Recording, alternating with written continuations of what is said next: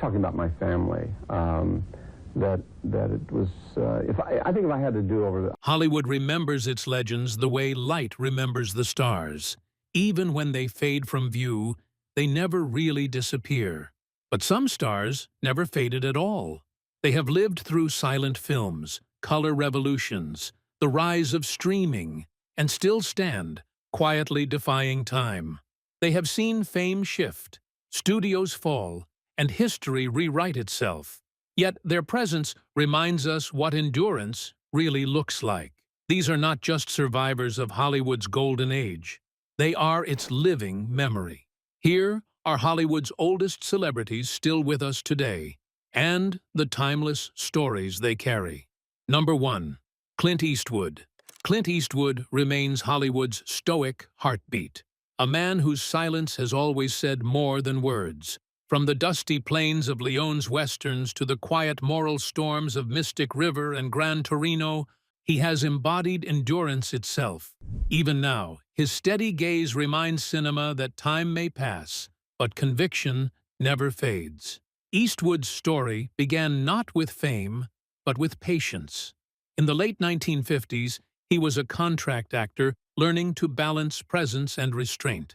Hollywood saw him as another leading man. Sergio Leone saw something deeper, stillness as character.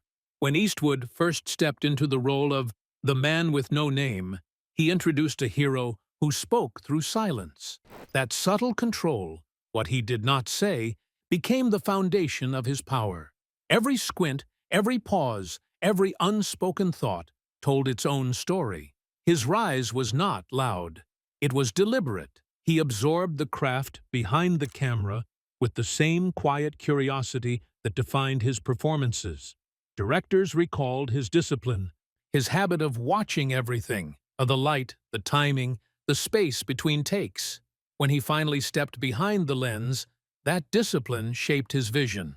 Eastwood once said, "If you tell an actor what to feel, you steal the honesty from the moment."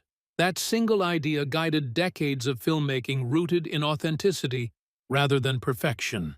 With Unforgiven, Eastwood did not just revisit the Western, he dismantled it. The film stripped away the mythology of the gunslinger and left the man behind. Violence became consequence, heroism became burden, and the silence of his characters carried the weight of remorse. It was not simply a masterpiece, it was a confession. Through it, Eastwood examined the legend he had built and found humanity at its core. In later years, he directed with even greater restraint. $1 Million Baby, Gran Torino, and The Mule all shared a meditative rhythm. Simple shots, steady pacing, emotional clarity. His sets were famously quiet. No chaos, no ego, just trust. Actors described it as filmmaking in its purest form. Honest, instinctive, intimate. Eastwood once remarked, "I do not chase relevance, I chase honesty." And that pursuit defines him. Even now, each project feels like a final dialogue between artist and time. He continues to move with the precision of someone who understands that simplicity is not emptiness, it is courage. Clint Eastwood's legacy is proof that control is not about power. It is about presence. And sometimes, the quietest man in the room leaves the loudest echo. Number 2. Sophia Loren. Sophia Loren is living cinema. Her presence bridges continents, carrying the warmth of Italy's neorealism into Hollywood's golden age. She did not just act, she translated emotion, turning heartbreak into art and glamour into resilience. Today, her legacy endures not as nostalgia, but as proof that elegance can outlast every generation that once defined it. Born Sofia Villani Ciccolone in the ruins of post-war Naples, Loren began life surrounded by scarcity and survival. Her mother entered her into beauty pageants not for fame, but for food. Yet even in hardship, the camera found her. The quiet defiance in her eyes, the poise of someone older than her years. Italian directors saw what Hollywood would later learn. Loren's magnetism was not manufactured. It was inherited from life itself. She embodied Italy's emotional honesty, expressive, proud, unafraid to feel everything all at once. Her early collaborations with Vittorio De Sica changed everything. The Gold of Naples, Too Bad She's Bad, and later Two Women gave Loren not just roles, but a purpose: to carry the spirit of ordinary Italians onto the world stage. When Two Women premiered, her performance as a mother protecting her daughter through war was nothing short of revelation. Critics wept. Audiences felt recognized. Loren once said, "Every scene I play comes from somewhere I have already been. You cannot fake tears you have already cried." The Academy agreed. She became the first actor to win an Oscar for a foreign language performance. When she arrived in Hollywood, she did not abandon her roots. Instead, she made them universal. In Houseboat with Cary Grant and El Cid with Charlton Heston, Loren translated European nuance into global charm. Her accent, once considered a barrier, became her signature. On screen, she moved with rare command, sensual yet dignified, passionate but never performative. She brought intelligence to beauty, complexity to romance, and humanity to glamour. Through the 60s and 70s, she remained untouchable. While fame burned out others, Loren carried herself like a survivor of time. Marriage Italian Style and A Special Day revealed an actress who had matured without losing vulnerability. Decades later, her appearance in The Life Ahead felt like a circle closing, the same strength reborn in modern form. Loren once remarked, "Beauty is not how you look, it is how you carry what life has given you." Her journey from post-war rubble to global icon mirrors the history of cinema itself. Raw, luminous, ever-changing, Sophia Loren's story reminds us that artistry is not preserved in youth or fame. It is preserved in truth, the kind that transcends language, time, and even memory. Number 3. Gene Hackman. Gene Hackman vanished from the screen, yet his characters never did. He left behind performances so authentic they still breathe. Cops, coaches, presidents, men cracked open by truth. His retreat from fame was not silence, but peace, a final act of discipline from an artist who proved that greatness does not shout. It simply endures. Hackman's rise was anything but smooth. Expelled from drama school and dismissed by peers, he was once told he would never make it. That defiance became his compass. When The French Connection hit theaters, Hackman was not just acting, he was channeling every ounce of frustration, grit, and discipline he had carried from those early years. The film's ferocity, captured in his portrayal of Popeye Doyle, changed what an American leading man could be: flawed, raw, and unapologetically real. Hackman was not interested in fame, he was interested in truth. He approached every character like a craftsman building something unseen, a soul, not a symbol. His colleagues described his intensity as both terrifying and magnetic. He listened more than he spoke, choosing silence as precision. Hackman once said, "I never played heroes. I played people who were trying to survive." That philosophy guided a career built not on perfection, but persistence. His filmography reads like an atlas of American contradiction. In Hoosiers, he was redemption personified, a man rebuilding his life through leadership and humility. In Mississippi Burning, he embodied moral conflict, carrying the weight of justice in a system built on inequality. By the 1990s, he had mastered the art of presence, able to dominate a scene with the smallest gesture. Directors adored his efficiency. 1 or 2 takes, always real, never repeated. Actors called him a mentor who taught by silence. Off-screen, Hackman lived with the same restraint he brought to his roles.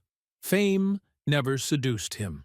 When he retired in the early 2000s, he moved quietly to New Mexico, trading scripts for stories of his own. He co-authored novels, painted, and lived without spectacle. Asked why he stopped, Hackman once remarked, "I did not retire from acting. I retired from waiting." In truth, Hackman's withdrawal from Hollywood was less an exit and more a statement, a final performance in humility. Even in absence, his influence lingers in every actor chasing authenticity over attention. His work did not demand applause. It demanded recognition of what was real. Gene Hackman's legacy is quiet, unpolished, and deeply human, the kind that time cannot outlast because it was never pretending in the first place. Number 4. James Earl Jones. James Earl Jones built his legend through sound, that unmistakable voice carved from authority and warmth. It carried kings, villains, and fathers, each word an echo of strength earned through struggle. His story is not about power alone, but perseverance. The man who overcame silence to give the world a voice it will never forget. Before the resonance, there was silence. As a child in Mississippi and later Michigan, Jones suffered from a stutter so severe that he stopped speaking altogether. Years passed in near muteness until a teacher named Donald Crouch refused to let him disappear into quiet. He encouraged Jones to read poetry aloud, first in secret, then in front of classmates. Those hesitant words became his lifeline, shaping not just his speech, but his purpose. Out of that silence, a voice was born, one that would one day echo through history. When he found the stage, it became his sanctuary. Theater trained his breath, his patience, and his control. Shakespeare gave him structure. Rhythm gave him freedom. By the time Hollywood came calling, Jones's command of language was already elemental. He carried the dignity of a scholar and the weight of a preacher. From The Great White Hope to Othello, he gave audiences not performance, but presence. Eastwood once remarked, "He does not speak lines, he commands them." That quiet authority would soon become his calling card. In 1977, Jones's voice became myth. As Darth Vader, he lent humanity to machinery, menace to metal.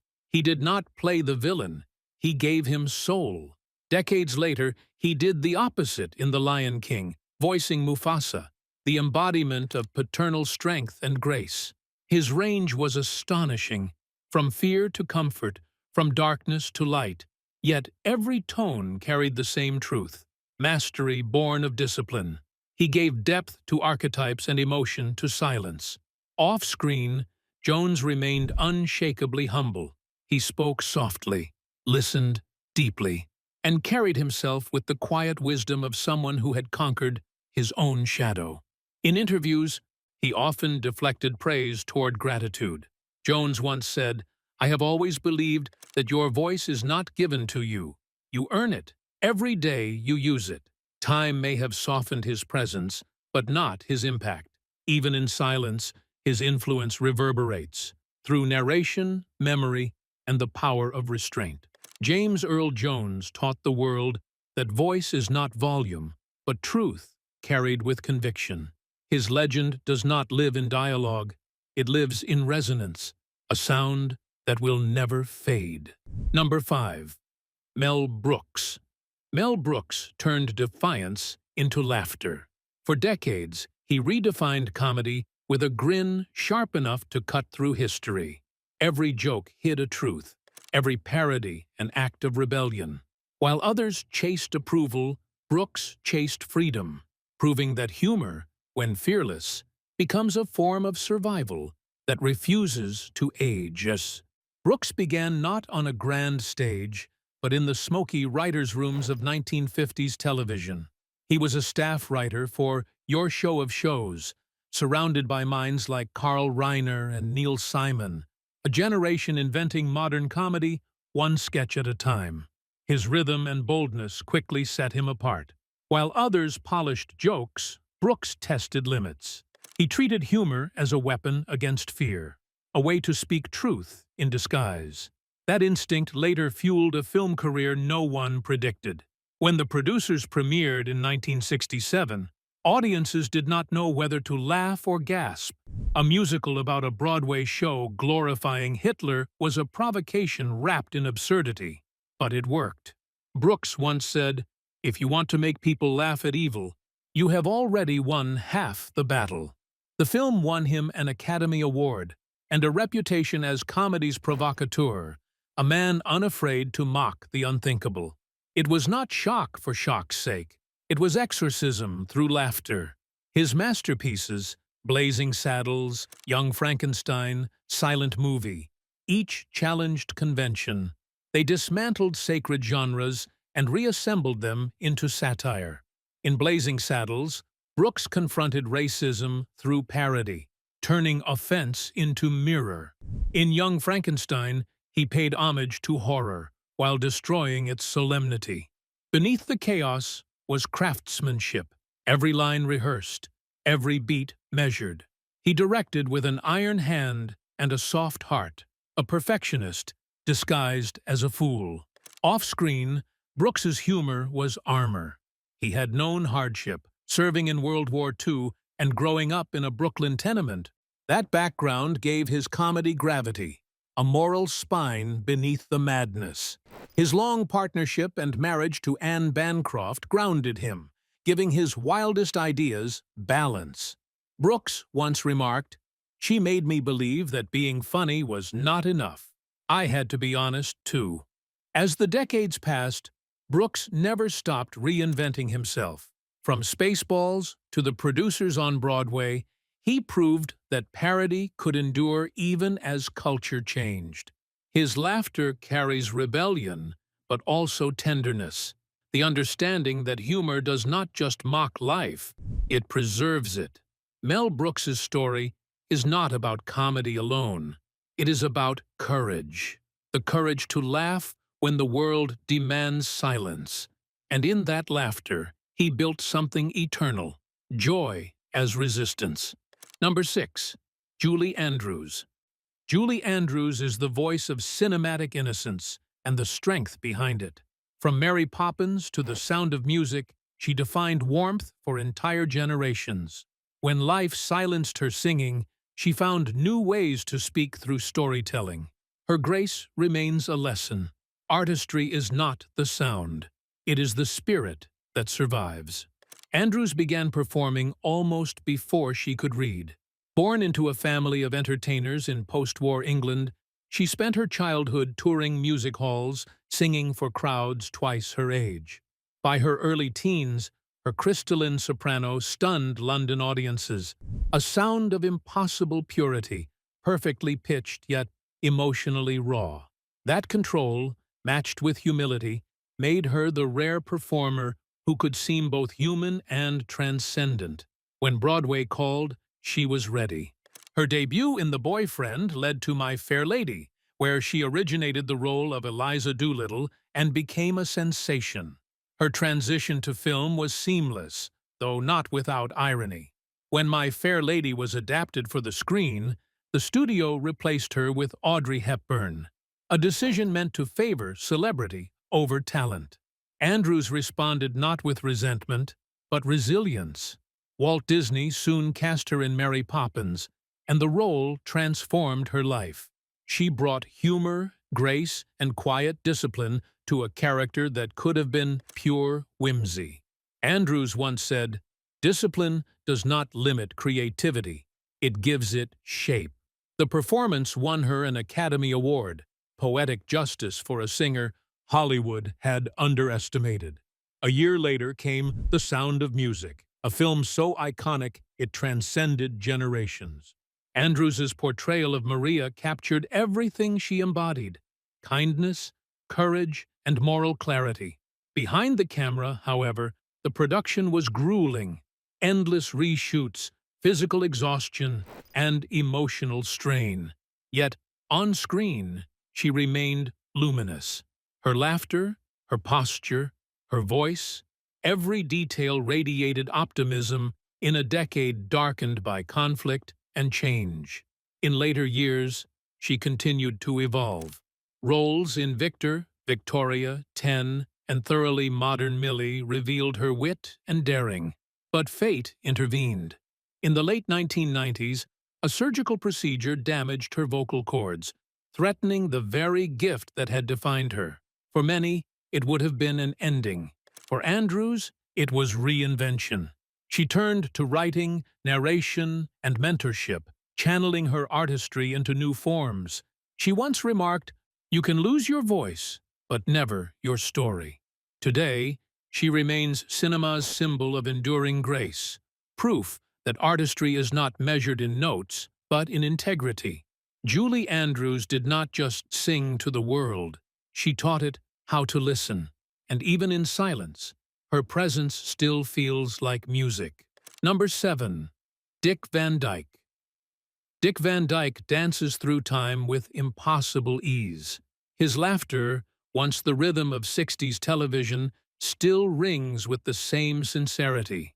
Beyond the charm lies discipline, a lifetime of craft disguised as joy. He reminds the world that movement, humor, and heart can outlive the decades that first gave them shape. Van Dyke's story begins in the heart of the Midwest, where optimism was not a luxury, it was survival.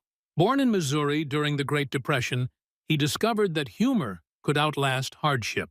As a teenager, he fell in love with performance, entertaining local audiences with a natural wit that came as easily as breathing. That instinct would later become his signature, the ability to find light in any moment, even the heavy ones.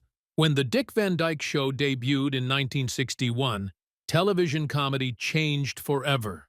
Van Dyke and creator Carl Reiner crafted something revolutionary, a sitcom that was both hilarious and humane. Its humor came not from ridicule, but recognition. He played Rob Petrie as a man juggling work, marriage, and creativity, making ordinary life feel extraordinary. Audiences did not just laugh with him, they trusted him. Van Dyke once said, "Comedy is not about jokes. It is about truth told kindly." That philosophy became the foundation of his career. Then came Mary Poppins, a film that showcased his boundless energy and effortless charm. As Bert, he leapt, sang, and tumbled through scenes with a sense of childlike wonder that felt genuine, never rehearsed, though every step was meticulously crafted. Behind the whimsy was a craftsman. His physical comedy was informed by discipline, inspired by the likes of Buster Keaton and Stan Laurel. Co-stars often spoke of his work ethic, how he rehearsed tirelessly until motion and music became one. His laughter was not improvisation. It was choreography of joy. The years that followed revealed his range. In Chitty Chitty Bang Bang and later television projects, Van Dyke brought the same optimism, even when culture shifted around him. But he also faced his own shadows. He battled alcoholism quietly, eventually confronting it publicly to help others. His openness gave his charm new depth, a sincerity that turned admiration into affection. Van Dyke once remarked, "You do not stop moving because you get old. You get old because you stop moving." Even now, he keeps moving, dancing, laughing, performing, defying gravity in every sense. To watch him is to see time surrender to vitality. Dick Van Dyke's career is not nostalgia. It is testament. He is proof that joy, when lived honestly, does not fade. It ripples. And somewhere, in every laugh that still rings, his rhythm continues. Number 8. Rita Moreno. Rita Moreno's story is more than survival. It is revolution. From West Side Story to modern television, she has fought for dignity in an industry that rarely offered it. Each performance carries the weight of progress and the light of triumph. She is not just part of Hollywood's history, she is one of the reasons it evolved. Born Rosa Dolores Alverio in Puerto Rico, Moreno arrived in New York as a child with determination sharper than fear. Hollywood noticed her early, but opportunity came wrapped in limitation. She was cast as the exotic other, her identity flattened into caricature. The system rewarded obedience, not authenticity. Yet Moreno endured, studying movement, refining diction, mastering performance until she became undeniable. Every rejection became a rehearsal for resilience. She turned barriers into practice, shaping an inner confidence that would one day redefine what representation could look like. Her breakthrough came with West Side Story. As Anita, she embodied power and heartbreak, bringing dignity to a role written in stereotype. Her performance blazed with fire and humanity, turning a musical into a movement. She won the Academy Award for Best Supporting Actress, the first Latina to do so. But the aftermath revealed the truth of Hollywood's prejudice. The calls stopped coming. Roles vanished. Moreno once said, "I won the highest award they could give, and then the phone stopped ringing." The industry did not know what to do with her brilliance, so it looked away. Moreno refused to disappear. She turned to television and stage, redefining the boundaries of her art. The Electric Company brought her to children across America. The Ritz won her a Tony, and soon she would claim the rare EGOT, Emmy, Grammy, Oscar, and Tony, a feat earned through persistence, not privilege. Her performances carried a quiet message. Representation is not a gift, it is a right. Every time she walked on stage or screen, she stood for those still waiting to be seen. Decades later, she continues to command the screen. From Oz to Jane the Virgin to the One Day at a Time reboot, her presence is both history and prophecy, a reminder that progress is only real when it includes memory. Returning to that same story 6 decades later, she became its soul.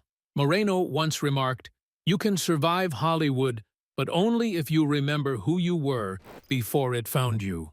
Rita Moreno's legacy is rebellion through endurance. She broke barriers not by waiting for permission, but by standing where no one else had stood before, and daring to stay. Number 9. Angie Dickinson. Angie Dickinson was Hollywood's quiet thunder, powerful without demand. She broke through the male-dominated genres of the 60s and 70s, redefining what presence meant for women on screen. Decades later, her confidence still feels modern, her restraint timeless. Dickinson remains one of the last bridges between old Hollywood glamour and authentic strength. Her career began at a time when women in Hollywood were often reduced to archetypes: the damsel, the muse, the decoration. Dickinson refused to fit any of them. After winning a beauty contest in her 20s, she caught the attention of producers not just for her looks, but for her composure. Her early television work in the 1950s led to Rio Bravo, where she shared the screen with John Wayne and Dean Martin. In a film built on swagger, she found stillness. She did not compete for attention. She claimed it through quiet authority. By the 1960s, she had become a symbol of something new, intelligence within allure. Her performances in Ocean's 11 and The Killers blurred the line between seduction and control. Audiences expected glamour, but Dickinson gave them precision. Directors admired her ability to communicate power without words. She could fill a frame with a glance. Dickinson once said, "You do not have to shout to be heard. You just have to mean it." That belief became her signature. Then came Policewoman, the television series that redefined her legacy.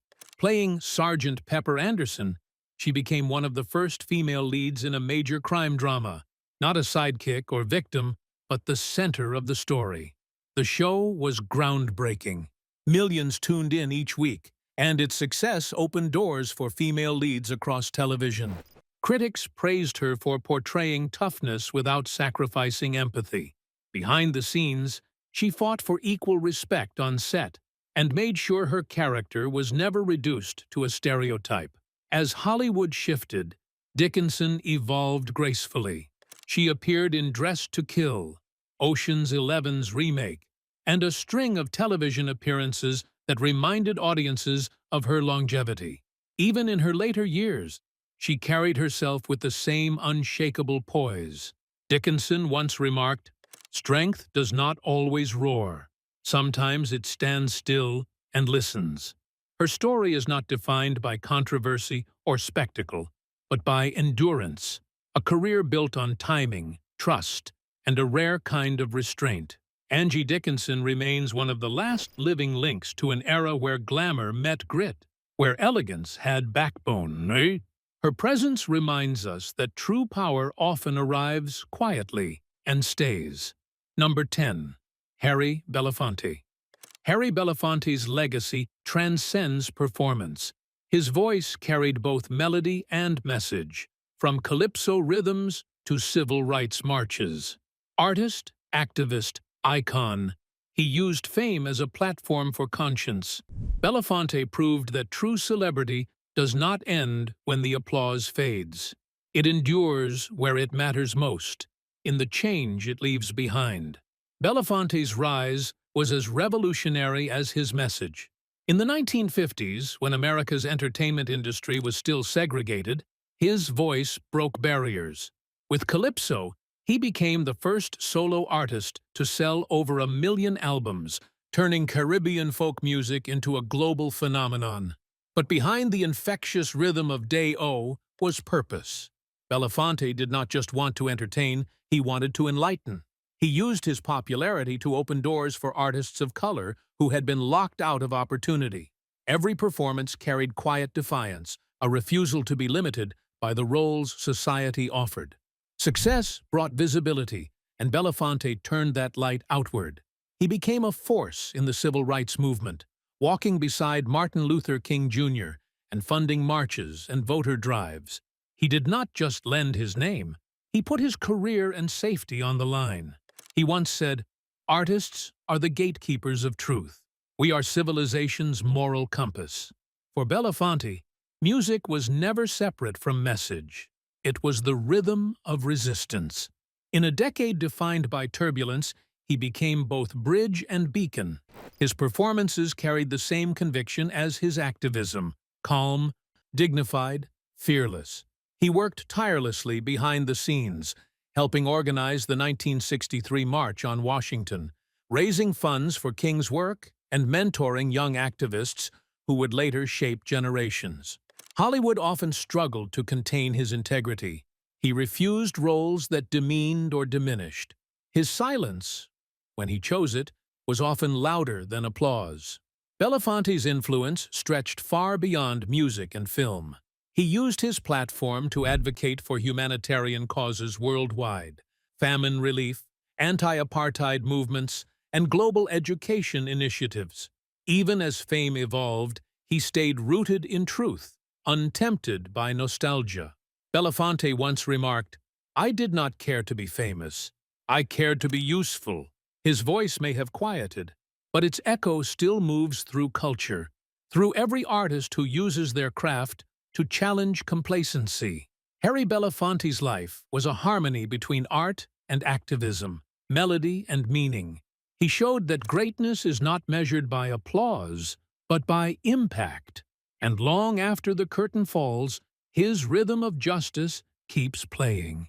Legacy is not a matter of age, it is a matter of endurance. The faces and voices that shaped Hollywood's golden age still live within its rhythm, echoing through every story told today. They are the architects of emotion, the quiet teachers of craft, the proof that time can polish rather than erase. Their survival is not luck, it is devotion to art, to truth, to the relentless pursuit of authenticity. From Eastwood's silence to Andrews's grace, from Loren's resilience to Belafonte's conscience, each one carries a lesson. Fame fades, but purpose remains. They remind us that cinema is more than spectacle. It is memory made visible, art carved into time. Which of these living legends do you believe best embodies the spirit of timeless Hollywood? Share your thoughts below, and subscribe for more stories from the enduring soul of cinema that continues to inspire.